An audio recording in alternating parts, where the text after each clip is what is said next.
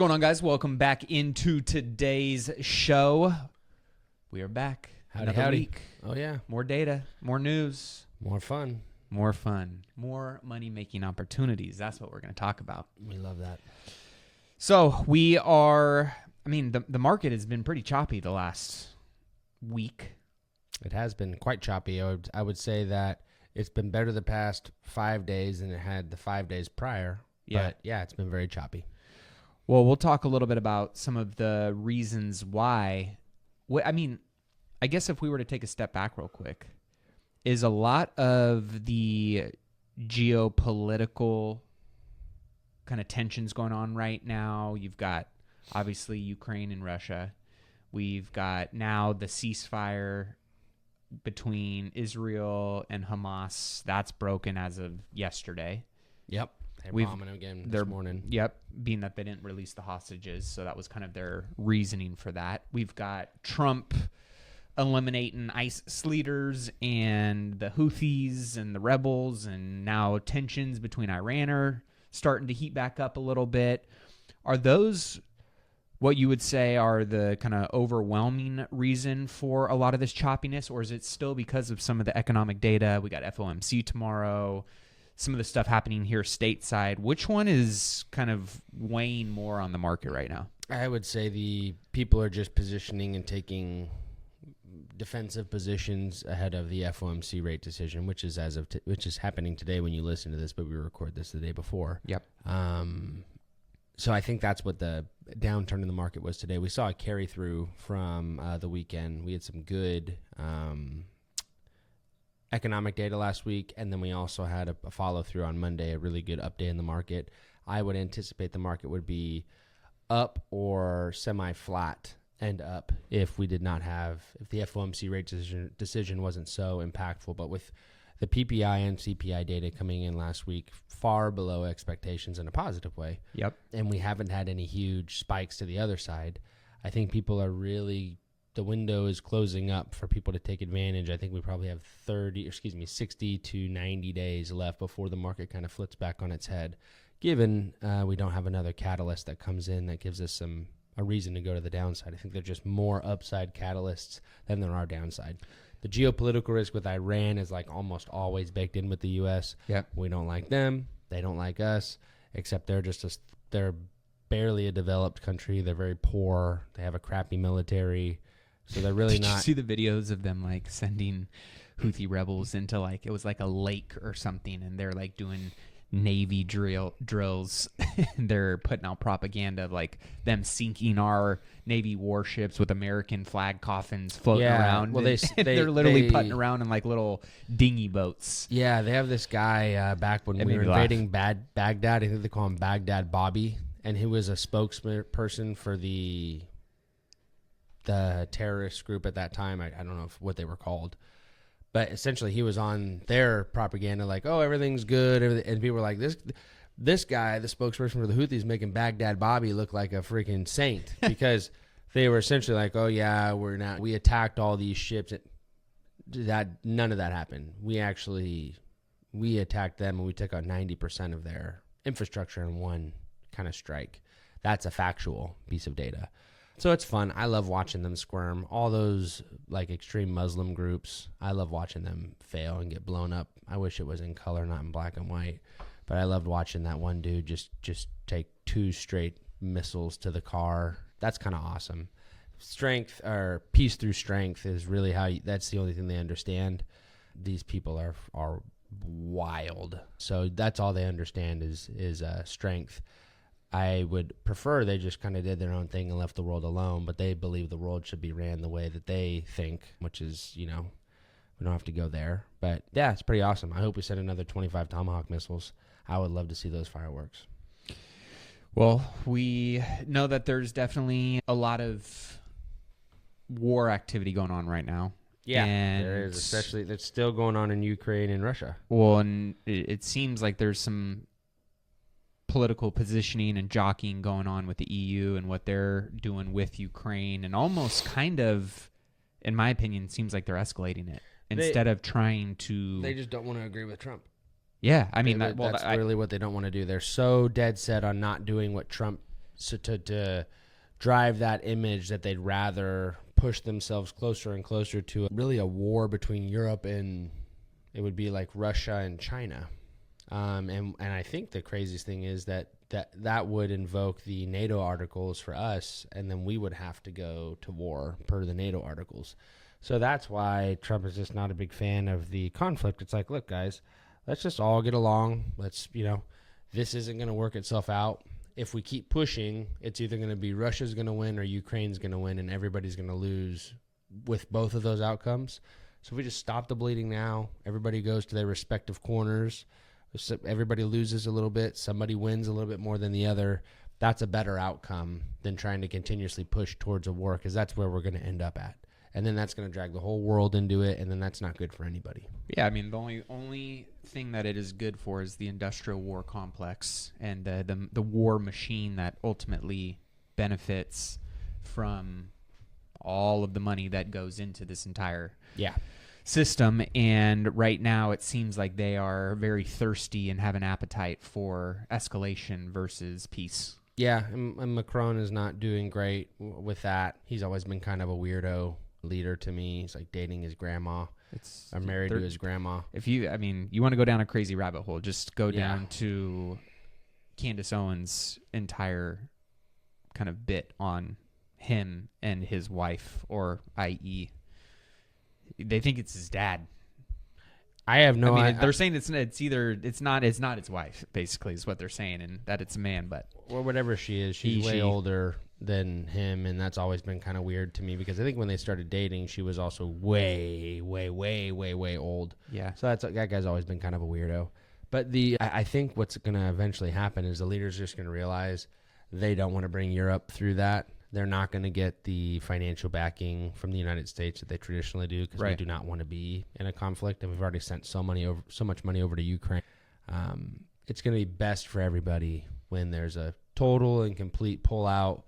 And I think the Ukrainians are going to, the longer they push this out, the worse position they are in to have a ceasefire, because they just got, I believe they got pushed out of Kyiv. They're already in a really bad position, from a war perspective. Correct. Like true strategy on the, let's call it the war board, right? Like they're surrounded in a lot of areas. It's continuing to close in on them. There are young soldiers dying every single day. It's ridiculous. Yep. Trump's latest tweet as of today: my phone conversation today with President Putin of Russia was a very good and productive one. We agreed to an immediate ceasefire on all energy and infrastructure, with an understanding that we will be working quickly to have a complete ceasefire and ultimately an end to this very horrible war between Russia and Ukraine. The tweet continues on, but for the most part, that was kind of the news that came out today. Did the markets respond to that at all, or not really? Yeah. The main sell-off was in like tech stocks today. That's what we saw. Why? They're the most rate sensitive area of the market. They rely on cheap money to continuously grow rapidly and develop. So when money is expensive, with that being said, M2 money supply is loosening at a rapid pace. Yeah, so talk about that, because I saw a couple other people talking about that all over X, kind of financial Twitter space, talking about the M2 money supply and how that ties into the stock market. It ties into crypto. It really ties into a lot of the financial markets globally and domestically. How would you explain that to somebody that doesn't understand the M2 money supply and how that impacts their investments, or does it? So when the M2 money supply expands, the simple way to think about it is there's more dollars simply available in the market to be lent. Therefore, if there's more supply and the demand is the same, which it's still high, but it's the same, money should be cheaper. Right. So what we've had through 2023 and through the beginning of 2024 is either a sharp downturn or not a very modest increase in the money supply. But we've seen that really spike up post-election and through the current first quarter of the Trump administration's term. And what that's going to probably do is translate into the real estate market first.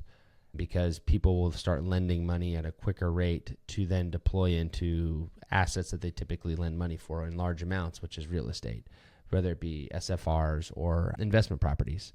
So I think that's really what the focus should be on. And I've touched on M2 money supply before, or when I've said money supply is tight, the M2 money supply is what I'm talking about. That's what you and I and all the people that listen to this show would be most familiar with.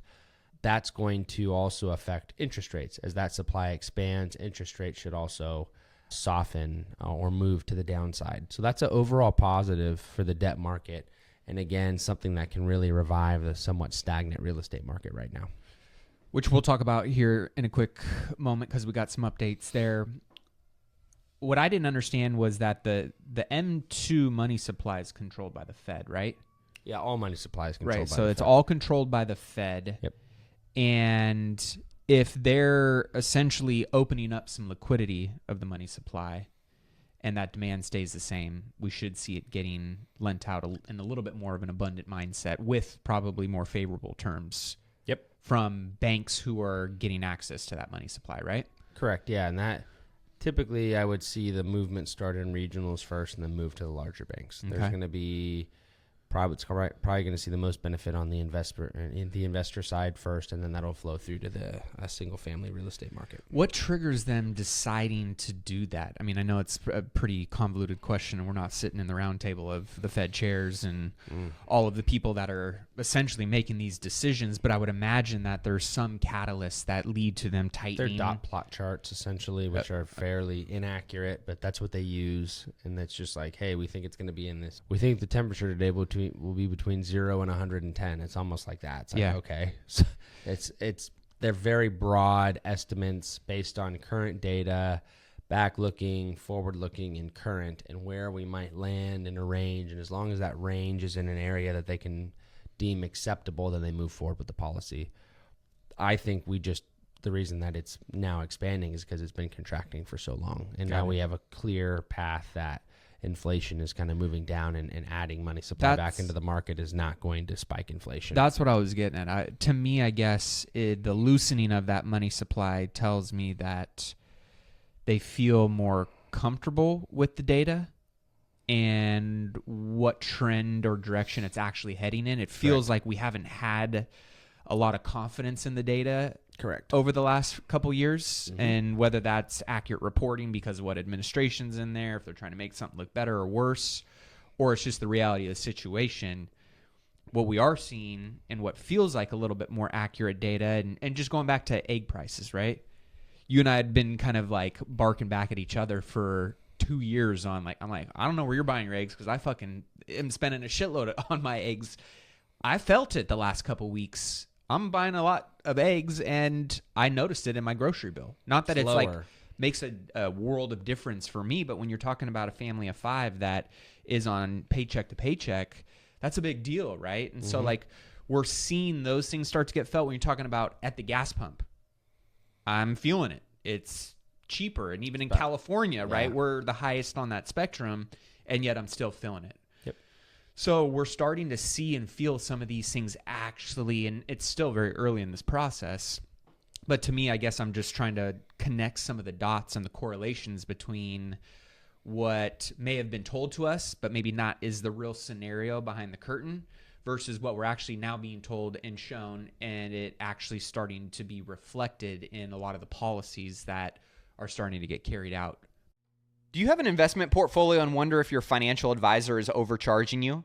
Is your money properly allocated where it should be based on what goals you're trying to achieve? If you're not 100% confident in these answers, then don't forget to take advantage of your free financial x-ray by texting the word x-ray to 844-447-1555. You will receive a full financial audit on your investment portfolio and get all the answers to your financial questions so that you can rest assured that your investing decisions are actually aligned with your best interests and the future that you're looking to build. Get started today by texting the word x-ray to 844-447-1555. By the Fed and what we might see going forward, which could be a great thing for spurring another bull run in certain areas of the economy, industry, real estate, whatever you want to say, to me that's a positive sign if you're an investor. I agree. Yeah, you should. If all that comes true into fruition and in the ways that we want, we should see a bull run in all forms of equity, whether that be real estate, whether that be the stock market, whether that be in the crypto market. Probably the only laggard that's going to drag a little bit until there's some clear headwind and trajectory for that industry is just commercial is still going to drag a little bit. Yep, for sure. Now, tariffs are still a talk. They're awesome. A concern for certain people. Mm-hmm. Those who don't understand them typically. I got to play this clip really fast. This chick is a Democrat. She went on Bill Maher's show, and obviously he's a Democrat. And it was great to see. She's like schooled him on tariffs. I'm curious on your thoughts on it, and just in general, right?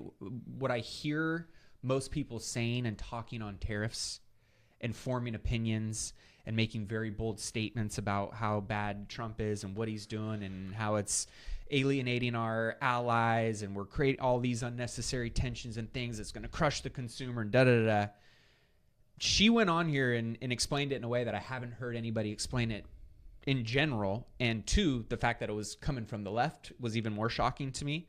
But let's give a listen, and I want to hear what your take is on this particular soundbite. Funnel of wealth, and the largest share, which used to be in manufacturing, which gave a lot of working class people a middle class standard of living, now the largest share is in real estate and finance, meaning that asset rich Americans are controlling over 50% of the GDP, and they have left the working class out of all of that prosperity that was generated.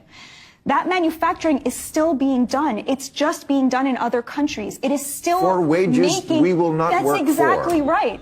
You're right, Bill. That's what the tariffs are for. They are to make American workers more competitive in the global market. Why are we accepting that there should be a race to the bottom? China, what is its competitive advantage over us? It's that it pays slave wages. Why should we accept that? They're still manufacturing our PPE, our pharmaceuticals, our cars. They're making all that stuff. Trump says there are 5 industries that we cannot have any kind of national security without having a stake in them. Pharmaceuticals, lumber, steel, aluminum, and I forget what the 5th one was. But these are really important that we have a stake in the manufacturing of the things that we need as a nation so that when China decides that it wants to go to war against us, we're not relying on them for steel and aluminum in order to fight them. Okay, well, at least that's an answer. Yeah, I actually have heard that answer given in a different way. That was a very well articulated way to put that. But I think that people's common misunderstanding on tariffs is just because their source for information on tariffs is the media, typically headline media. So the way that the media explains it is when a tariff is applied, the U.S. consumer feels the pain because they pay it. And that's not untrue. That's just explained in a poor way.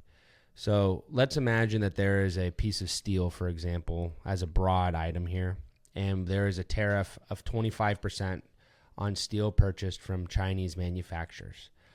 What that will do is if that steel was $10 per unit, the following day it will be $12.50 per unit. That is a 25% increase to that product.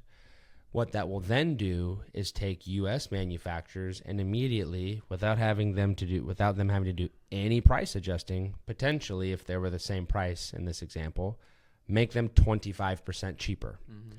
It takes time for people to switch their supply chain. Supply chain does not switch overnight. If you took business at all in college and you took supply chain management, you understand. It's a very long in the tooth process.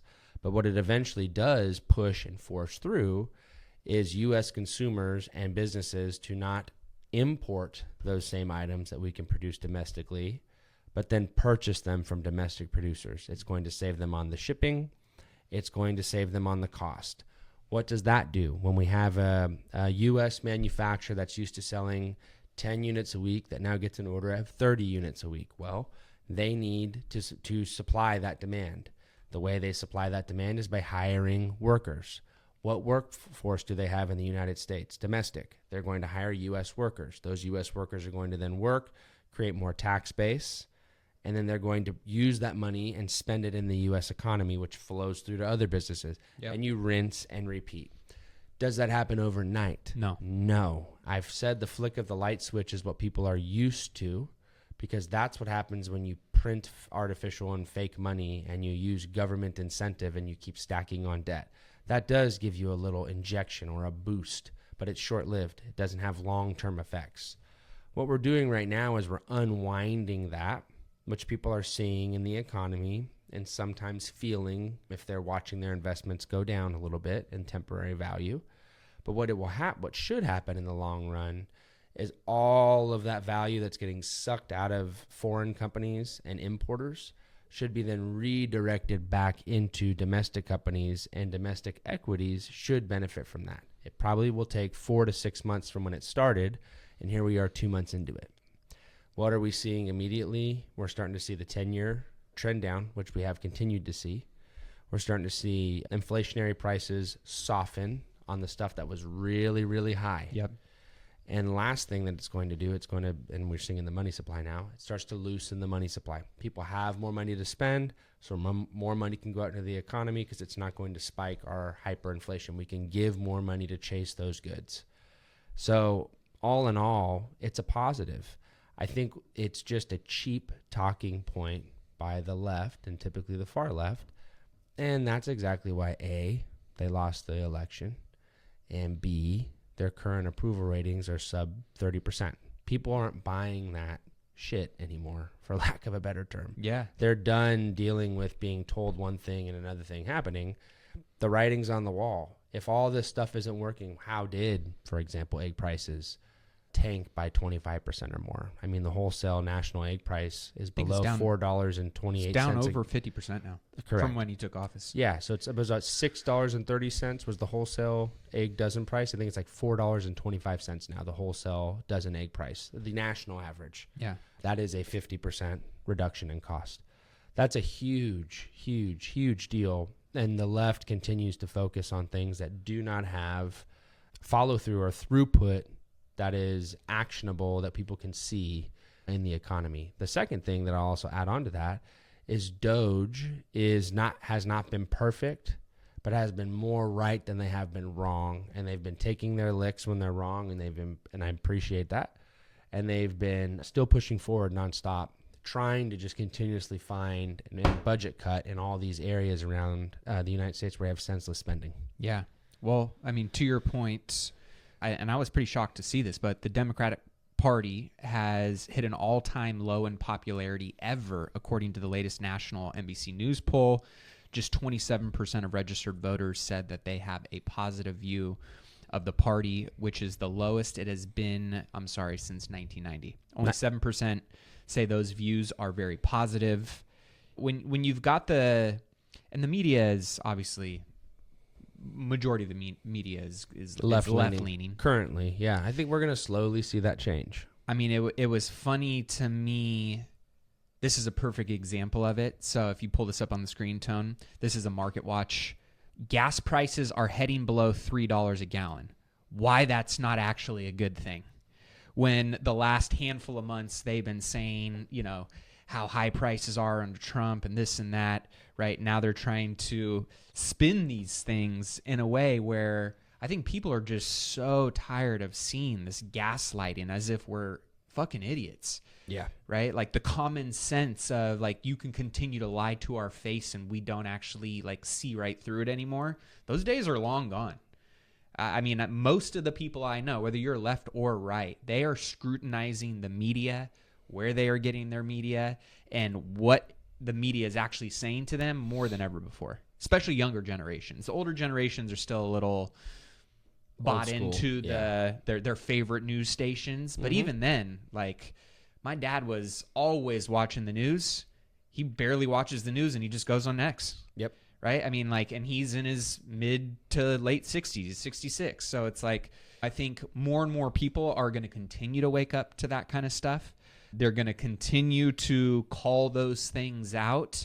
And the Democratic Party is in a really rough way right now because they're kind of still pounding the same drum playbook that got them in this mess, and they're not pivoting. No, and I think they're trying to just double down, hoping that they're hoping that Trump makes the mistakes that he did the first time, which is where he's less tactful and runs his mouth into getting himself into a hole, and it's actually working against them because people actually like what Trump is doing. As you pointed out, a Democratic commentator, which I think I had an idea of why she was probably pulling for Trump when I saw the Star of David necklace around her neck. That probably superseded her political affiliation. But that to me is A, why you have to be very careful of who you vote for, and B, when you get your information, you have to be careful where it comes from, because what's going to happen is when this all starts working even better than it is now in June or July, what are they going to say next? And probably what they'll do is they'll double down on why it's actually not good, how it's actually good for you to pay more at the pump. Oh, 100%. They're probably trying to correlate that with typically when the economy goes down, or the market goes down, or it slows, oil prices go down because people are traveling less and leisure is less used. But that's almost typical of this time of year. It's going to ramp back up like it always does in the spring and summertime because leisure is going to expand. Mm-hmm. So, well, we do know that the Democratic Party is, leaning in hard right now on Elon. yeah. And there's a lot. It was interesting. Let me see if I can find this clip, because they used to love Elon. Like, Elon was Their guy. Yeah, I mean, listen to this. Christ of our era are Steve Jobs and Elon Musk, and it's important to have heroes. The 47-year-old engineer has been called the real-life Tony Stark, better known as Iron Man. Elon Musk, a.k.a. real-life Iron Man. The guy is brilliant. He is a genius, and at least for now, the world is better off having Elon Musk in it than not. Elon Musk is one of the most interesting people in America. He's in the world, and I guess in the universe. Elon Musk is doing things that may revolutionize transportation and climate change. When somebody as staggeringly rich and staggeringly intelligent as Elon Musk talks, people listen. Has there ever been a car salesman like Elon Musk? Elon Musk is I think beyond a car salesman. I mean, he's more like a hero for a lot of folks. Just today. So, I mean, it goes on, right? And now, because he's the guy coming in working for free to save our tax dollars, which current savings right now is $215 billion in savings found from Doge thus far. And I mean, you guys have heard us talk about it on the show, the amount of things that our money are going to and how insane they are. I don't know anybody that logically, after hearing those things, could and should be upset about that, but they're finding a way to still demonize him. And Tesla now all of a sudden is under attack. There's fires on cars. People are getting their cars vandalized just for driving a Tesla. It's pretty insane to see what's happening. But $215 billion in current savings. They're on the path. Their goal is $1 trillion, is what they're trying to see if they can work towards, being that that's what they're estimating based on how much is still left to do. That's $1,900 per U.S. taxpayer right now. I mean, that makes a big difference when you've got a good chunk of the American population making under $150,000. And we know that it takes a lot of time and energy for most families to go out and make $150,000. Well, yeah, and if you think about this, if it's almost $2,000 per U.S. taxpayer right now, and we're 90 days in, imagine where that will be 4 years from now. So that's what's exciting. Everyone knows the compounding effect of how well that's going to work, and over time, watching those dollars be reappropriated into areas where they're supposed to be, whether that be back into the taxpayer's pocket or into areas of the economy. That's going to slowly take its effect. I think people just need to be a little more patient on the tariffs. And as I've been telling people, my clients, people on the podcast, when I'm telling my clients, I am telling people to put money to work in the market. If you got it, it needs to go in. I'm not saying it's going to pop the next day, but come back in 12 months and I think you'll be pretty happy. Yeah. Well, according to the tariffs, right, we've got an estimated future tax value, $657 billion in estimated future tax revenue from tariffs. Almost $1 trillion. In addition to, that's just what we're seeing on paper, right? that's not taking into account all the American jobs that are going to come back stateside. Correct. So tax revenue will go up. All of the money that is, going to be reinvested into different parts of our economy. Yep. There's so many good things that I think, again, we had to reset the table. It's kind of like a relationship. You and I are buddies. If I was doing something to you over and over and over again where you felt like I was just taking advantage of you, after a couple years and you saying, hey, dude, like, can we have a discussion and maybe reset some boundaries here? Like, if you appreciate me and respect me and you want to continue to be a friend of mine and let's work together, here's what I would like to have a discussion around, and here's what I think this needs to look like. Okay, cool. Yeah, let's have that discussion, right? Especially if I know, like, shit, I was kind of taking him for a ride for the last few years and 100%. He's calling me out on it now, right? Like, that's exactly what these tariff negotiations are. It's just to recalibrate and reset the table. And if you're not, then you should have no problem coming to the table and having the conversation. 100%, right? That's the best part. If you have nothing to hide, you got nothing to hide. It's always true. Yep. Agreed. So as we are starting to kind of wind down on some of the Russia-Ukraine talk, we've got a lot of good things going on with the data. We have the gold market hitting an all-time high. Yep. And I'm curious why that is seeing such a jump when we're starting to see some things trending in the right direction that you would generally think wouldn't lead to those prices pushing higher. International demand. Okay. Most of the purchasers of gold are non-domestic. The spot price of U.S. gold is highly influenced by international purchasers. So we're seeing a lot of purchasers in the UK, China, Japan, developed East Asia and Europe. They're purchasing gold. Why are they purchasing gold? I couldn't tell you. Probably as a hedge for their currencies, or they think that there's a war potentially brewing domestically. That was my thought. That's where I think it is. We have a small position for a lot of our investors, not people like you and I that are more growth focused, but for some of our more like diversified portfolios, we'll put together a small gold position and hold that long term. And so that's done well for those people. I don't want to beat up on gold and sound dumb and say it doesn't have a yield, because it doesn't, and that's one of the biggest qualms about it. But it is something to buy and opportunistically buy when it's low and then hold it until it goes high and then sell it and buy other items. So that's typically how we like to trade it. But it's been a great place for clients to hedge against inflation, hedge against market risk, and to hold in small percentages. We kind of have somewhere between 2 and 7%, depending on the market conditions for those types of clients that have like a moderate to balance towards growth risk. Okay. Now we've got the crypto markets very volatile, choppy as well. Yep. And it seems like between the stock market, or at least S&P, and kind of the crypto markets, those are maybe not, I don't want to say blanket statement of all of the crypto markets, but Bitcoin seems to be tracking somewhat in correlation with what's going on with S&P. Is that kind of like accurate? more like the NASDAQ? But NASDAQ, yeah, it follows tech. Okay. And it still moves with a higher beta in both directions most of the time. So if the market's down, it's down more. If the market's up, it tends to be up more. But it's still very volatile. Yeah, I was going to say, I guess my question is if we see, based on some of your sentiment saying, hey, window's closing, we think we're in for potentially a nice little bull run pickup again. Mm-hmm. Will the crypto market follow that? It'll be an immediate. Or is it uncorrelated? No, if there's a run and technology is a part of that, then yes, there should be a run in lockstep in the crypto market. What names? Like you said, typically they kind of all follow a similar pattern.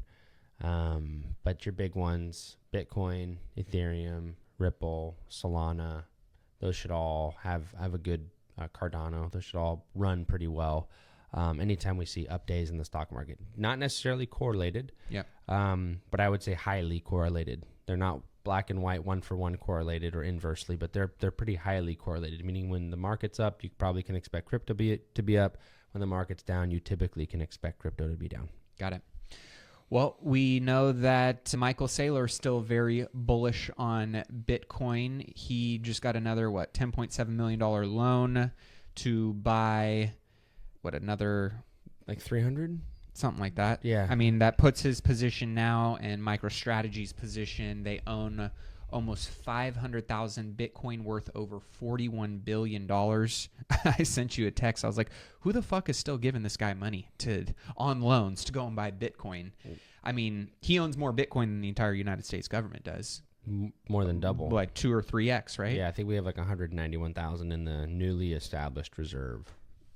So I am not certain what he knows that the federal government doesn't, but... Well, his post today, 400,000 by the end of the year is what his estimate is. To me, that's a very aggressive and optimistic outlook. The market cap would have to 3x, so it's at about 1.4 trillion. It would have to become the most valuable company, and nobody knows who the founder is.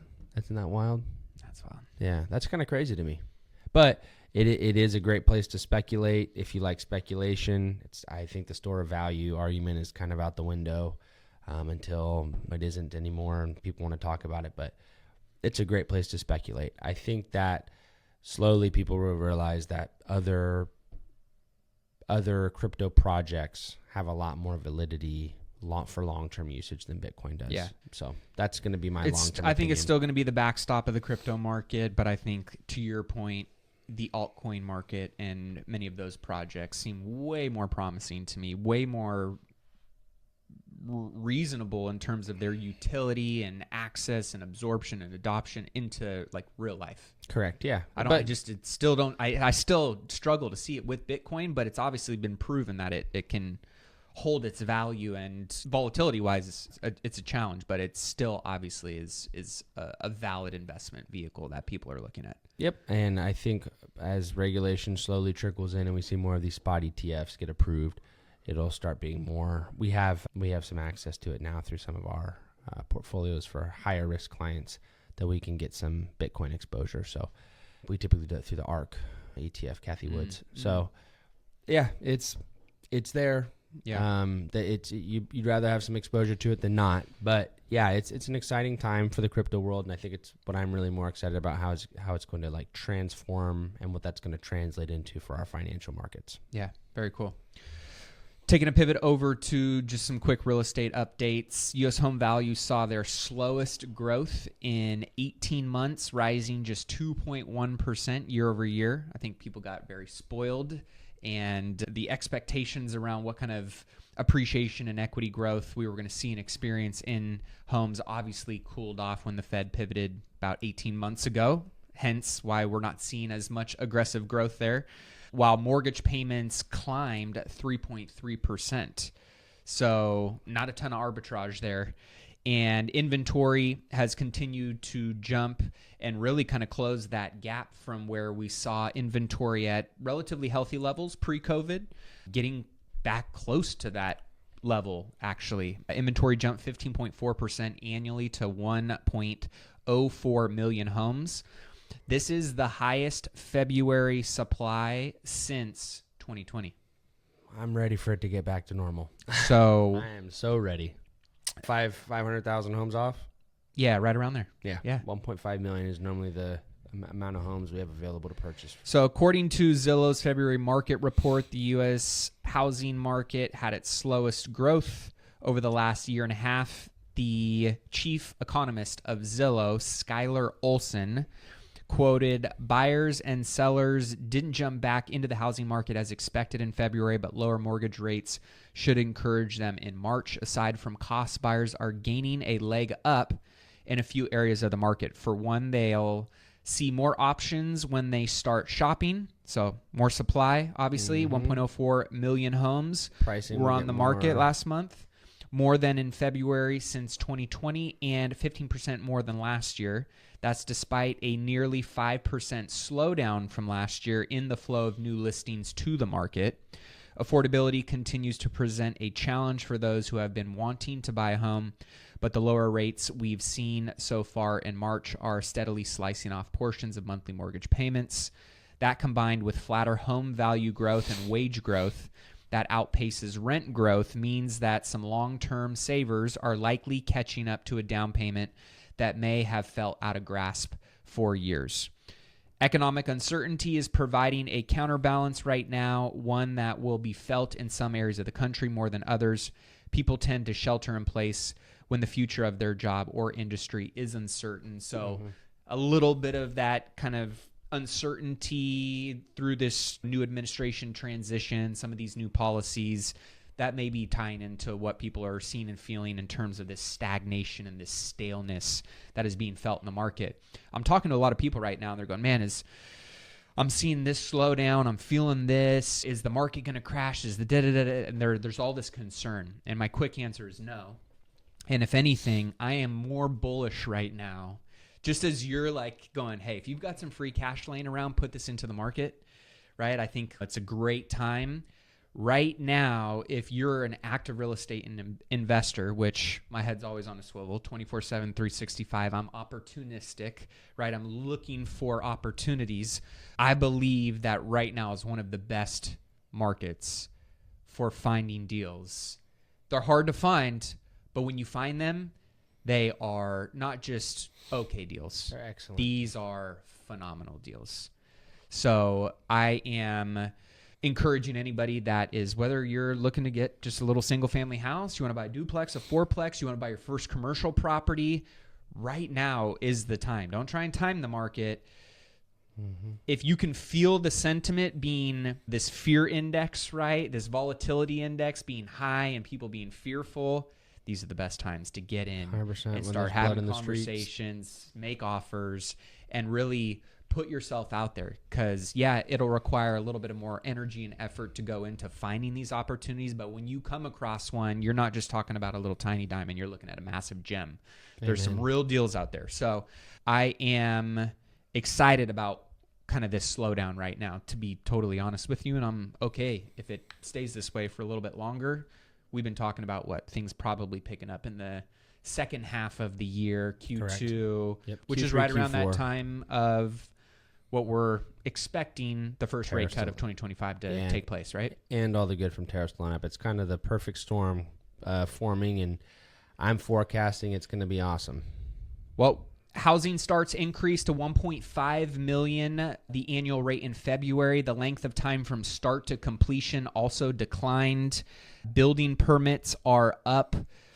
Builder confidence has fallen for a little time frame and pretty much a small margin, but that's generally on the cost uncertainty that's going on around tariffs and some of the imports that tie into building the homes, of course. I think that's going to sort itself out.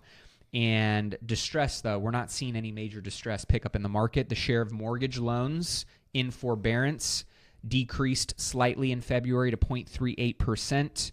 At the end of February, there were about 190,000 homeowners in forbearance plans, which, again, is very low. Yep, it is. It's less than 0.5%. So it's, like I said, I think that the economy is wound up, ready to kind of really take off here, and I'm getting really good vibes like I did from the first time we had this nice run in the first administration. Beautiful. With this administration's first time around. Well, tomorrow is FOMC. If you're listening to this today, or in hindsight, FOMC is going to be on the 19th, Wednesday the 19th. So we will be paying attention to that. We think it's going to be a pause. Yes, we do. And they're dovish, but we should get our first cut in June. Yeah, I mean, I think the biggest thing that people or investors are paying attention to is not whether or not they're going to pause. The pause is already there. It's when they're going to cut. It's like exactly it's what when we're they're waiting going to for. cut and when they're going to give some bearish sentiment. Correct. I'm sorry, some bullish sentiment. dovish sentiment. Yeah. Yep. So we will continue to track the data each and every week. Thank you guys so much for tuning in. We'll see you guys in next week's episode. Cheers. Cheers. Well, that wraps up today's episode. Thank you so much for tuning in. If you got any value from today's show, all I ask is that you take 60 seconds, leave a review on whatever podcasting platform you enjoy listening to this content on, as well as share it with somebody that you think can get some value from it. Also, be sure to check out wiseinvestorvault.com. We have all kinds of great tools and resources, a ton of free downloads, from checklists to spreadsheets, to trackers, you name it, everything in between to help you on your wealth building journey. That's at wiseinvestorvault.com. If you're also an accredited investor and you're not on my deals list and you want to be aware of the different investing opportunities that I have access to or that I am personally investing in myself, be sure to text the word deals to 844-447-1555. As always, if you want to get your free financial x-ray from Ryan and his team to dig through your investment portfolio, you can text the word x-ray to 844-447-1555. All of those are complimentary and free completely for our Millionaire Mindcast family. And as always, don't forget to engage on social media. Shoot me a follow, shoot me a text. We're really trying to grow the social media following right now to impact and help more people on their financial freedom journey. And I would love to connect with you as well. Until next episode, keep investing in yourself and your wealth on your march to $1 million and beyond. Cheers.